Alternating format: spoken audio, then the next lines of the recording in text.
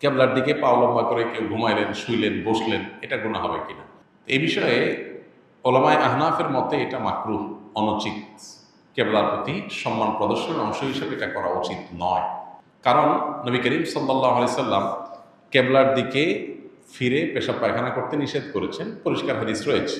এটা কেন নিষেধ করেছেন? নিশ্চয়ই কেবলার প্রতি সম্মান প্রদর্শনের খাতিরে।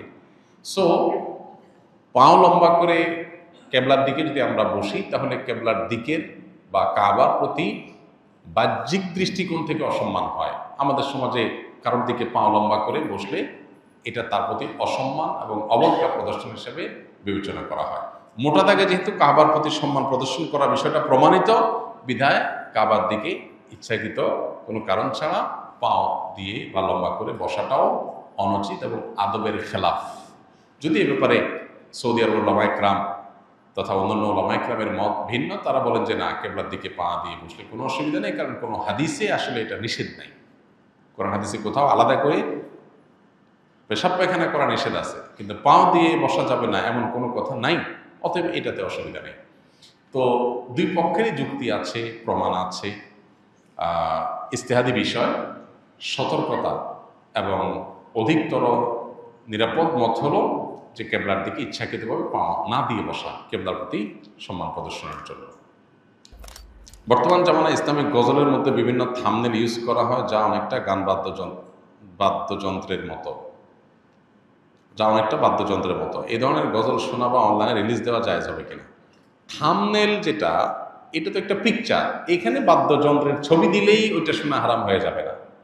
যদি ইসলামী গজল বা গানের কথাগুলোর ব্যাকগ্রাউন্ড সাউন্ডের মধ্যে যদি কোনো মিউজিক থাকে, মিউজিক বাজে সূক্ষ্মভাবে, তাহলে সেটা শোনা না জায়েজ, গুনাহ, শোনা যাবে না। থাম্বনেলের মধ্যে ছবি কি দিচ্ছেন না দিচ্ছেন, থাম্বনেল একটা তবলার ছবি দিয়ে দিলেন, কিন্তু ভিতরে প্লে করার পরে ভিডিওটা স্মুথ, একদম খালি গলা গাওয়া হয়েছে, সেখানে কোনো মিউজিক্যাল ইনস্ট্রুমেন্ট ব্যবহার করা হয়নি, তো এটা হারাম হবে কেন? মিউজিক শোনা হারাম, মিউজিকের ছবি দেখা কি না, দেখলে হারাম হবে না। বিধায় আপনার থাম্বনেলের ছবি কি আছে না আছে এটার জন্য ভিডিও হারাম হবে না। তবে হ্যাঁ, আজকাল অনেক আপনার গজল, ইসলামী সঙ্গীত বের হয়েছে যেগুলোতে সূক্ষ্মভাবে মিউজিক আছে, আপনি একটু মনোযোগ দিয়ে শুনলে বোঝা যায় যে মিউজিক ব্যবহার করা হয়েছে, সেগুলো শোনা হারাম। এগুলো আপনার খুবই সূক্ষ্মভাবে মানুষকে হারামের দিকে নিয়ে যায়। আমরা হয়তো ইসলামের কথা শুনে, আল্লাহর কথা শুনে, কোরআন হাদিসের কথা শুনে, ভালো কথা শুনে আমরা এগুলোকে শুনি, কিন্তু নিজের অজান্তে আমি হারামে লিপ্ত হয়ে যাচ্ছে। এগুলোকে আমাদের সতর্ক থাকতে হবে। ফ্রেশ খালি গলা গাওয়া হয়েছে এবং সেখানে মিউজিকের কোনো ইনস্ট্রুমেন্টের ব্যবহার করা হয়নি, শুধু সেগুলো আপনি শুনতে পারবেন। আল্লাহ আমাদেরকে আমল তৌফিক দান। প্রকৃত আহলুস সুন্নাহ ওয়াল জামাতের অনুসারী কারা, জানিয়ে ধন্য করবেন। আহলুস সুন্নাহ ওয়াল জামাত এর মানুষদের মৌলিক এবং মোটা দাগে পরিচয় হলো, আহলুস সুন্নাহ মানে হলো যারা নবী সাল্লাল্লাহু আলাইহি সাল্লামের সুন্নাহকে বিশ্বাস করে, মোটা দাগে সুন্নাতে রাসূলের আলোকে যারা চলে, শুধু কোরআন নয়, কোরআনের পাশাপাশি সুন্নাতে রাসূলকেও তারা জীবন বিধান হিসাবে গ্রহণ করে এবং সেটাকে অনুসরণ করে চলে। যারা সুন্নাতকে অস্বীকার করে, সুন্নাতকে মানে না, শুধু কোরআনকে মানার কথা বলে, এরা আহলুস সুন্নাহ না, এরা মূলত মুনকিরে হাদিস, হাদিস অস্বীকারী, যাদেরকে আহলে কোরআন বলা হয়।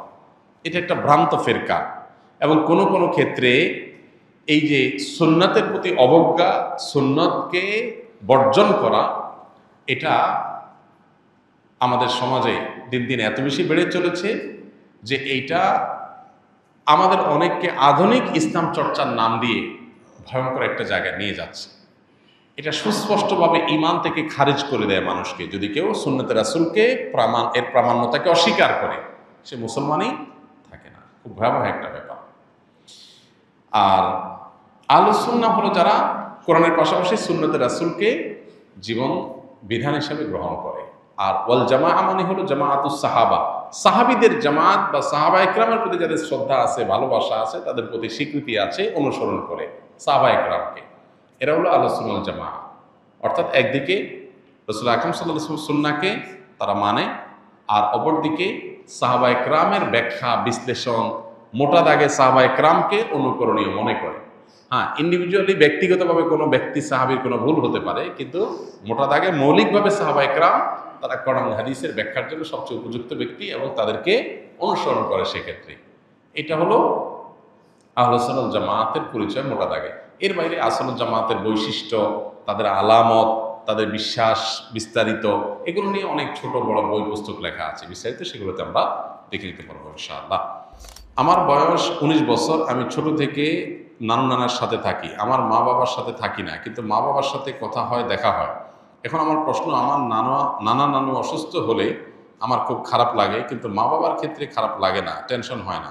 এখন আমার মাঝে মধ্যে মনে হয় আমি সন্তান হিসেবে কুসন্তান হয়ে গেছি নাকি। সন্দেহাতীতভাবে এটা খারাপ জিনিস যে আপনার মা বাবার অসুস্থতা আপনার কষ্ট হয় না, কারণ আপনি তাদের সাথে থাকেন না, মায়া তৈরি হয়নি। প্রথমত, মা বাবা হিসাবে তারা, অভিভাবক হিসাবে, আপনার মা বাবা হিসাবে তাদের কোনো কষ্ট হলেই আপনার ভিতরে কষ্ট অনুভব হতে হবে। এটা হওয়ার জন্য আপনি তাদের সান্নিধ্যে যাবেন, তাদের কাছে থাকবেন, এবং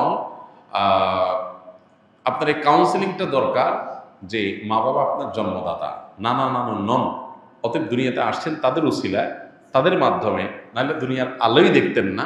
বিধায় তাদের প্রতি আপনার কর্তব্য আছে, সেই কর্তব্যটা আপনাকে পালন করতে হবে। এটার জন্য প্রয়োজনে তাদের সাথে থাকবেন, তাদেরকে ধারণ করবেন, বোঝার চেষ্টা করবেন, তাদের অবদানটাকে অনুভব করার চেষ্টা করবেন, তাহলে ইনশাআল্লাহ দায়িত্ববোধটা জাগ্রত হবে।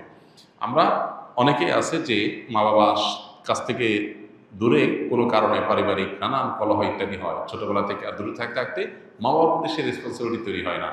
মানুষ হিসাবে আমি দুনিয়াতে আসছি কার মাধ্যমে, তার কথা স্মরণ হওয়া, তার সুখে দুঃখে তার শুভাকাঙ্ক্ষী হওয়া এবং তাদের কল্যাণ কামনা করা, এটা আমাদের একেবারেই সৃষ্টিগতভাবে আমাদের মধ্যে চলে আসা উচিত, এবং এটা না আসলে প্রয়োজনে কাউন্সিলিং এবং মোটিভেশন নেওয়া দরকার।